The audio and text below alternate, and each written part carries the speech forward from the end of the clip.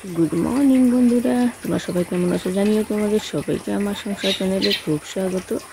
দেখো, উঠেই আজকে শুরুটা করলাম আমাদের মুরগিগুলো দিয়ে। এক্ষুনি ছেড়ে আসলাম, আর কি হারে দেখো বৃষ্টি দিচ্ছে। একদম রাত্র থেকেই বৃষ্টিটা, রাত্র থেকেই বৃষ্টিটা আরম্ভ হয়েছে।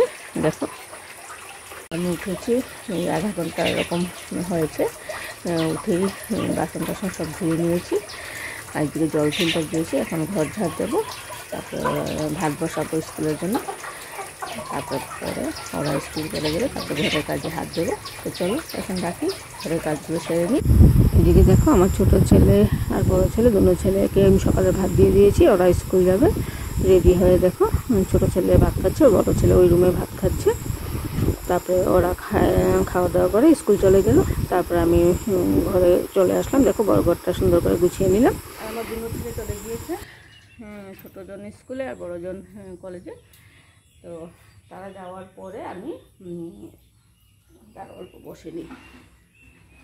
তো ওরা গিয়েছে, তারপরে আমি বিছানাগুলা উঠালাম। তারপরে আমরা চা খেলাম। এখন ওরা খেয়ে গেছে, থালা বাসন ভাত খেয়ে গেছে, বাসন রয়েছে। তারপরে আমাদের 4 বাসন রয়েছে, তো ওগুলো ধুবো। ধুয়ে কাপড় আছে কতগুলো, ওগুলো ভিজিয়ে দিব। ভিজিয়ে ঘরটা ঝাড় দিয়ে ঘর মুছে কাপড় ধুয়ে স্নান করে তারপরে ঠাকুর সভা দেবো। তো চলো রাখি, পরে আবার আসি। তো দেখো, ওদেরকে বিদায় দিয়ে তারপর আমি ঘরের কাজে হাত দিয়ে দিলাম। বিছানাটা তো আমি আগেই তুলে নিয়েছিলাম, 2টা রুমের বিছানাই আমার তোলা হয়ে গিয়েছিল। তো সকালে একবার ঝাড় দিয়েছিলাম, তো আর একবারও ওরা যাওয়ার পরে, ওটা প্রত্যেক দিনেরই আমার রুটিন।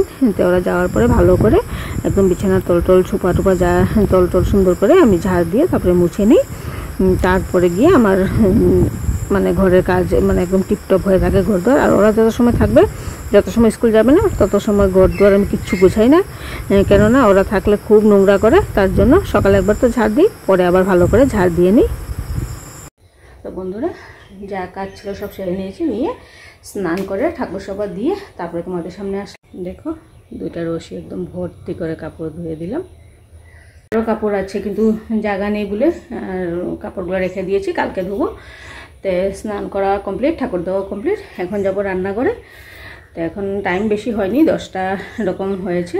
তো অল্প বসবো, একহারে সকাল থেকে কাজ করে যাচ্ছি, অল্প বসে তারপরে যাব রান্নাঘরে। আর রান্না কি করব সেটা তোমাদেরকে পরে শেয়ার করব। দেখো, বেশ কত সময় বসেছিলাম, আর এখন চলে আসলাম রান্নাঘরে।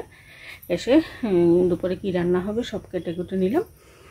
তো চলো একবার তোমাদেরকে দেখাই কি কি রান্না করবো আজকে।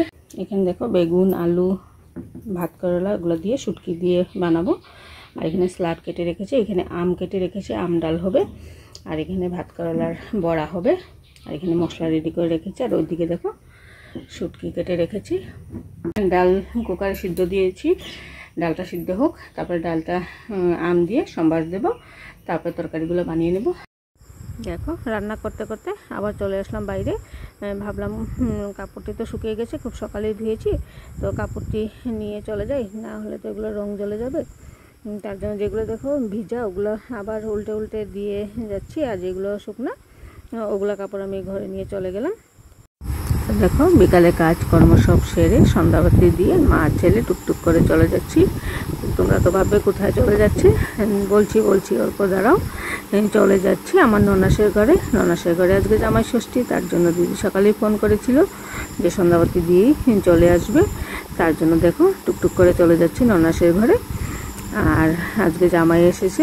জামাই তো সেদিনও তোমাদেরকে দেখিয়েছিলাম, কিন্তু জামাই মানে ভাগ্নির জামাই, ভাগ্নিকে রেখে তারপরে ভাগ্নি জামাই চলে গিয়েছিল, কিন্তু আজকে আবার এসেছে জামাই ষষ্ঠী উপলক্ষে। তো আজকে জামাই ষষ্ঠীর নিয়মটা করবে। আর এদিকে যেতে যেতে দেখো, আমি দোকানে ঢুকেছি আমার পুচকাটার জন্য 2টা ক্যাডবেরিজ কিনলাম।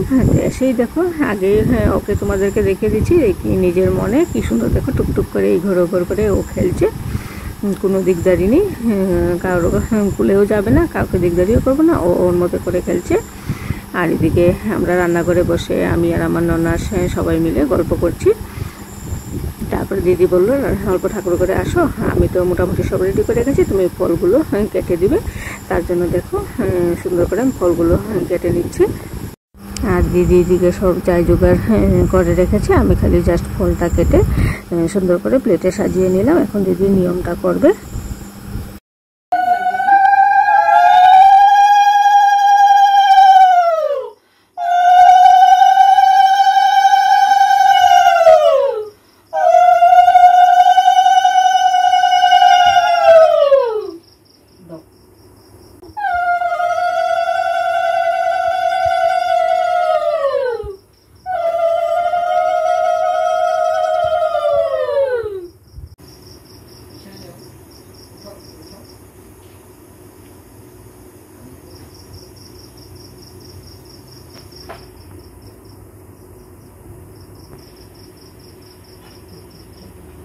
ফ্যানের বাতাস ছায়া পড়ে না।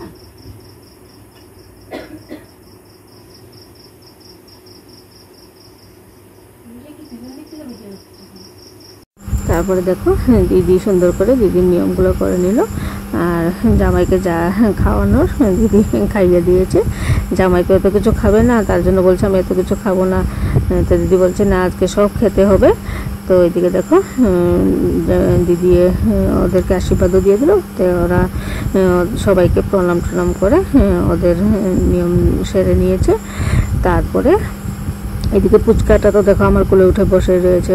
ওর মা বাবাকে নিয়ম করাচ্ছে দেখে ও কি সুন্দর চুপ করে আমার কোলে বসে ক্যামেরার দিকে চেয়ে আছে। তাই আমি বললাম একটু হাই করে দাও। তো ওইদিকে দেখো একটুকু ভয় পায় না কো, মোবাইল টোবাইল খুব ভালোবাসে মোবাইল। তো ওইদিকে দেখো মিষ্টি টিষ্টি খাওয়া চললো, সব মিষ্টির পর্বণ শেষ হয়ে গিয়েছে। তো বন্ধুরা দেখো দিদির ঘর থেকে এইমাত্র আসলাম, এসে কাপড় জামা চেঞ্জ করে নিয়েছি। আর দিদির ঘর থেকে বার হওয়ার অল্প আগের থেকে এত বৃষ্টি, তো বৃষ্টিতে ভিজেই আসতে হলো। কেননা দাদার ভাত খায়নি, তো দাদার জন্য এসে ভাত বসাবো, তার জন্য বৃষ্টিতে ভিজেই আসলাম। তো সেই কাপড় জামা চেঞ্জ করে নিয়েছি, নিয়েই দাদার জন্য ভাতটা বসিয়ে দিয়েছি। আর আমার দুই ছেলে এখন শুয়ে পড়বে। ওরা তো খেয়ে এসেছে, ওরা পা হাত ধুতে গিয়েছে, তো ওরা শুয়ে পড়বে। আর দাদাকে ভাতটা দিয়ে তারপরে আমরাও শুয়ে পড়বো। তো চলো রাখি, দাদাকে ভাতটা দিয়ে দিই। দেখো দাদার জন্য ভাত বেটে নিলাম।